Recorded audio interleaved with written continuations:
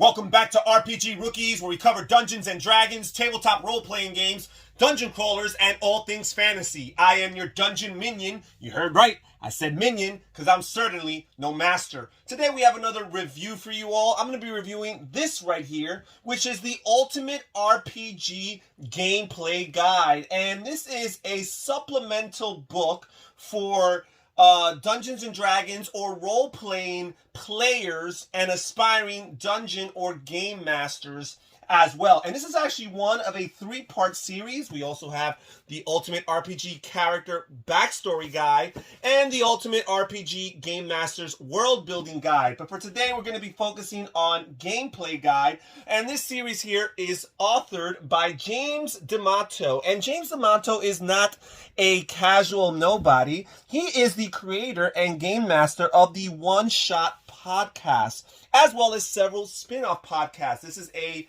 seasoned veteran in the world of role-playing games and storytelling. So he is definitely an authority on the subject. So this book here, I've read it already, and I find it to be a very helpful experience. Some of the things here might not appeal to a person who's been in the hobby for lots of years. It might be information that they find to be redundant or maybe even obvious. But I think especially for the newcomer, it is very, very helpful. So here, it talks about being aware of who the audience is will help you be more consistent to play the taste of your groups. So the importance of knowing your group, knowing their preferences, knowing their idiosyncrasies, knowing their tendencies, their fears, their inhibitions, their joys and hobbies and interests in life. All of that can contribute towards the process of creating a favorable gaming environment for your players in a game. Here it talks about playing to expectations and finding something for players to do. You want to create opportunities for what your players are good at. You cannot be so close-minded and so rigid in your process of creating an adventure, let's say, and running one, that you railroad your players into particular situations, not factoring in who their characters are, what are their strengths, what are their weaknesses, because your adventure at face value might only cater to the particular strengths and weaknesses of one or two players in the party.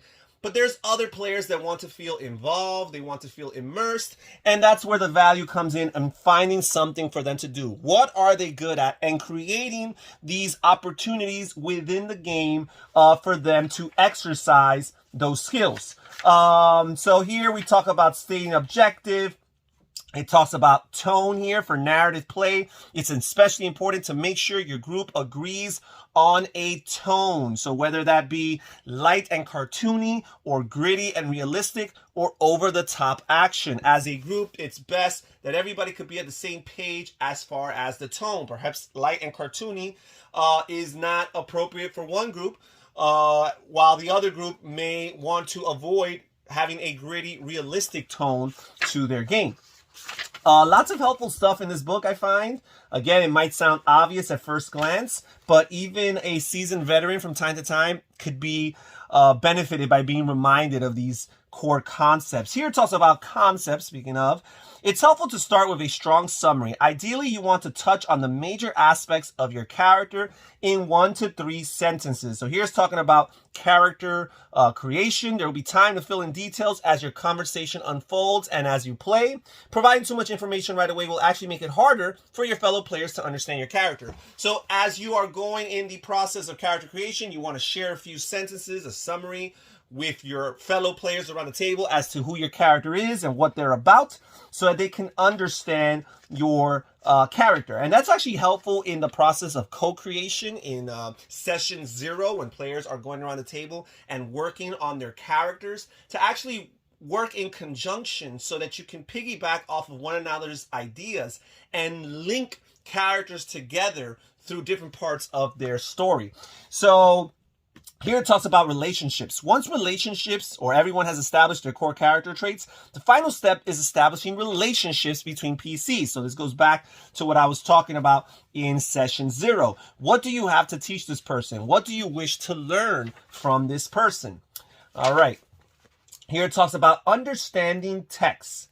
And I'm always going through these spots here that I've highlighted, some really good things here. And here it talks about the importance of yes and the importance of no. As a dungeon master, as a game master, as a facilitator and a referee of the role-playing process, you need to know, first of all, you need to be assertive enough to know when you need to say no. But it doesn't always have to be a no. When your players present something, when they come up with something that at first glance might be over the top or unrealistic or not relevant, take a pause before you jump to the no and consider saying a yes and basically you don't stop at just the yes, but you use the and as an opportunity to keep it going, to build momentum, and to allow that player or even other players around the table to continue to pitch in ideas to add to that nugget of a concept, of an original concept. So the power of yes and the power of no. Let's see here. It talks here about not splitting the party and how important early on is, in particular, if you're not very seasoned, to avoid allowing players to split the party. And even if you are a veteran, perhaps you might want to consider not permitting the splitting of a party. Okay, here it talks about, despite the lower intensity of audience engagement, collective scenes are critical to a game's narrative structure. Collective events essentialize the RPG experience of everyone working together. It's a good idea to build your climaxes around collective scenes. If everyone is present and active during major narrative events, then the plot feels like it's under joint ownership. Okay, so again, back to not splitting your party for the purposes of carrying forward a stronger narrative. Here it talks about plot spotlight. The plot of a game is shared among all the players. As the story unfolds, there will be some events that are more relevant to individual characters than they are to the group. Plot spotlights make game events directly relevant to a PC's personal narrative. So these plot spotlights are little windows in time overall in the larger, bigger, broader scope of the adventure. Little moments in time, snippets in time, where the dungeon master or the game master can focus in on one particular character in the party and tie in that particular plot to something that connects to their backstory, therefore immersing that player more, making that player's character feel more real, more tangible, and at the same time, it is an opportunity to engage other players, not necessarily with their role play, but just their captivate their imaginations as they become more invested in that other player character that you're putting the spotlight on. So I think it's a very positive thing you can do in your adventures is to have that plot spotlight. Here it talks about, there's a little table here, contrasting taking focus and giving focus. The GM has a tremendous amount of influence over a game's pace. However, when it comes to spotlight, every player at the table has some ability to influence the experience of other players. In improv, we call the act of moving attention around in a scene giving and taking focus. Certain choices move you into the spotlight and pull focus towards you, while others create space for collaborators to take the spotlight. So you want to, as much as possible, create opportunities for other players around the table to collaborate in the process of the storytelling. Now here's where the book really starts to get interesting. We have a chapter here on introduction to GMming style and making choices with intention. And the author here uses an illustration, an analogy based on Schrodinger's cat, referring to it as Schrodinger's goblin. And basically, he talks about making the decision. Let's say he gives the example of a fork on the road. And one path leads to safety, but the other path leads to the dangerous mob of goblins. And he talks about, instead of the GM knowing ahead of time which path leads to which possible outcome, instead the GM basically has the control, the omniscience, and the omnipotence to choose based on what the players choose, based on which path they decide to choose and the current situation. What would help the story more right then and there? Do the characters need a little respite and perhaps find a safe path to the next location? Or do the characters need a little bit of a challenge and perhaps could benefit from an exciting battle with a mob of goblins?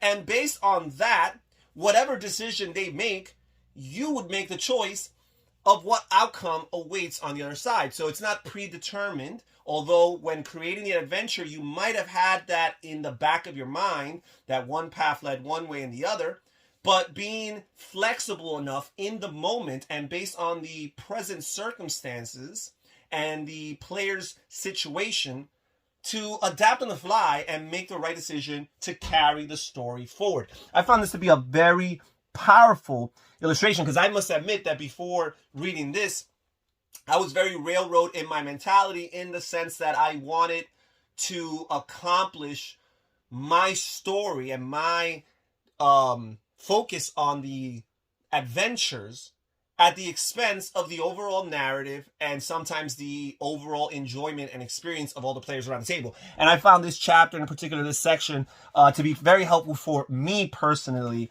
as a game master. So that chapter in and of itself and that little section on it was probably worth the entire price of this book. And again, it's a very positive and helpful resource otherwise. So here we have a section on themes, thematic flavor.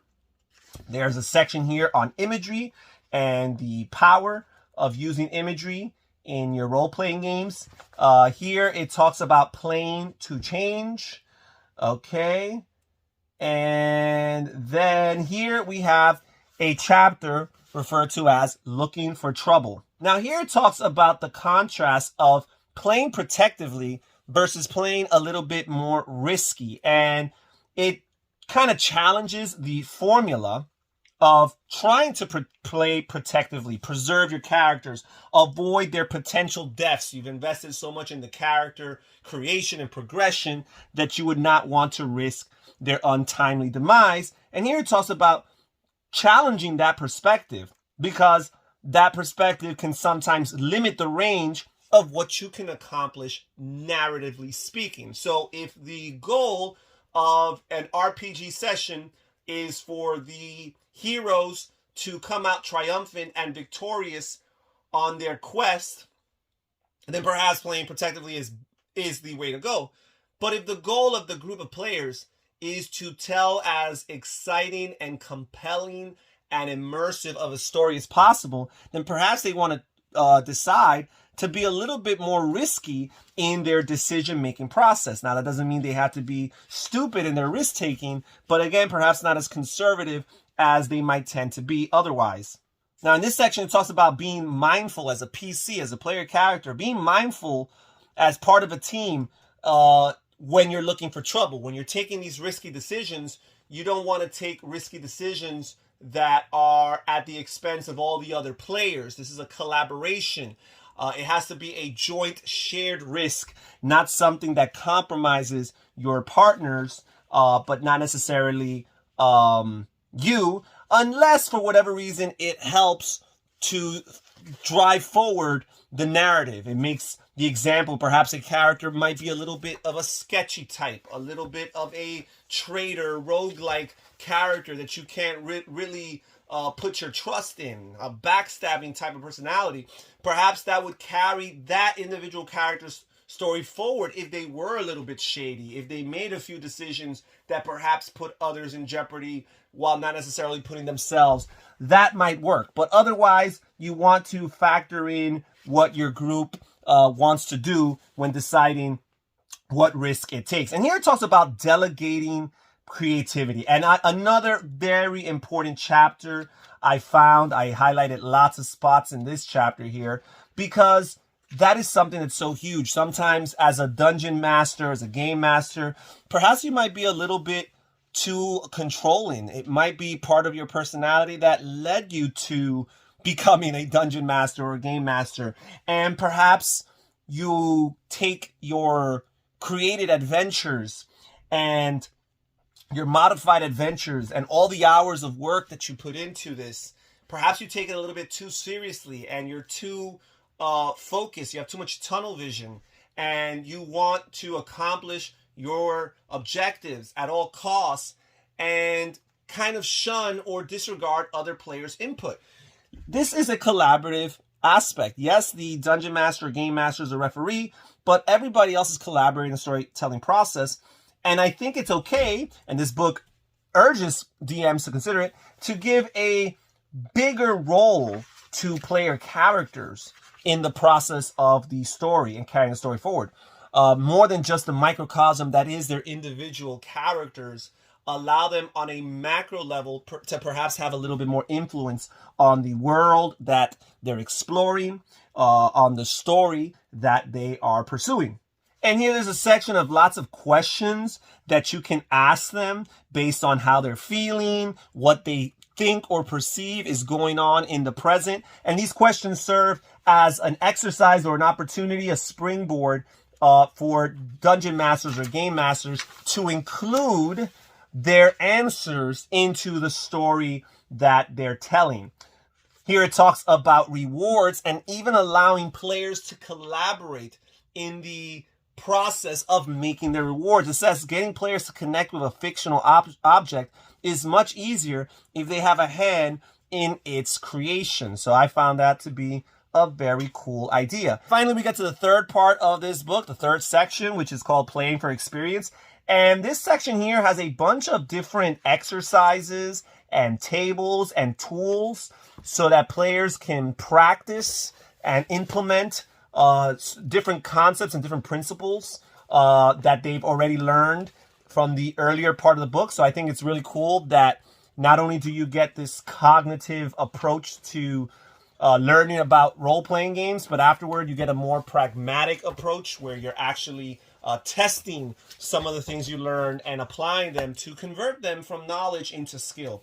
Really cool. I think this is a good, worthwhile product. Again, it's a trilogy of books, which I will be covering the other books in the series on other videos, but I felt that each individual book deserved its own time. That's it for today's video. Thank you so much for joining us here on RPG Rookies. I'll catch you guys next time. Take care. Bye-bye.